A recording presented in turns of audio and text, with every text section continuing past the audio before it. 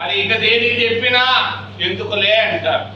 మరి అంతేకాదు చక్కటి వాతావరణం, బంజారా హిల్స్, జూబిలీ హిల్స్ లాగా అక్కడ హిల్స్ ఉన్నాయి, వెంకటగిరి హిల్స్ ఉన్నాయి, రాపూర్ హిల్స్ ఉన్నాయి.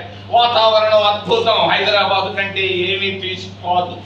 1,00,000 ఎకరాల ప్రభుత్వ భూములు ఉన్నాయి. రైతులు ఇబ్బంది పెట్టాల్సిన పని లేదు. అమరావతిలో లాగా 1,00,000 ఎకరాల ప్రభుత్వ భూములు ఏర్పేడు నుండి రాపూరు దాకా ఖాళీగా ఉన్నాయి. మంచినీళ్లు ఉన్నాయి. కండలేరు, సోమశిలలో దగ్గరగా ఉన్నాయి. అంతర్జాతీయ విమానాశ్రయం ఉంది. 7 జాతీయ విశ్వవిద్యాలయాలు ఉన్నాయి. 7 జాతీయ రహదారులు ఉన్నాయి. 100ల కొద్ది హాస్పిటల్ ఉన్నాయి. 100ల కొద్ది మరి విద్యా సంస్థలు ఉన్నాయి. ఇంతకంటే అనువైనటువంటి వాతావరణం భారతదేశంలోనే లేకపోవచ్చు. ఆంధ్రప్రదేశ్ ఇది అందరికీ ఆమోదయోగ్యం, యోగ్యం. అందుకే ఈ విషయాన్ని నేను ఈరోజు బయట చెప్పేదానికి వచ్చాను.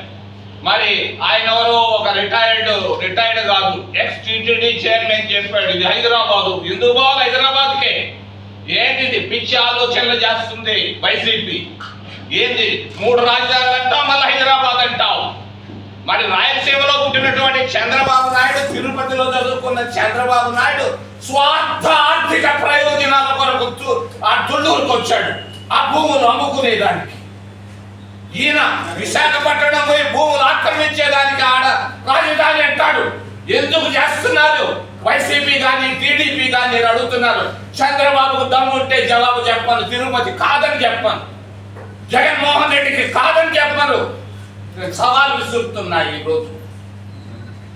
ఖచ్చితంగా ఆంధ్రప్రదేశ్ రాష్ట్రానికి అందరికీ ఆమోద యోగ్యమైనటువంటి ప్రాంతం తిరుపతి.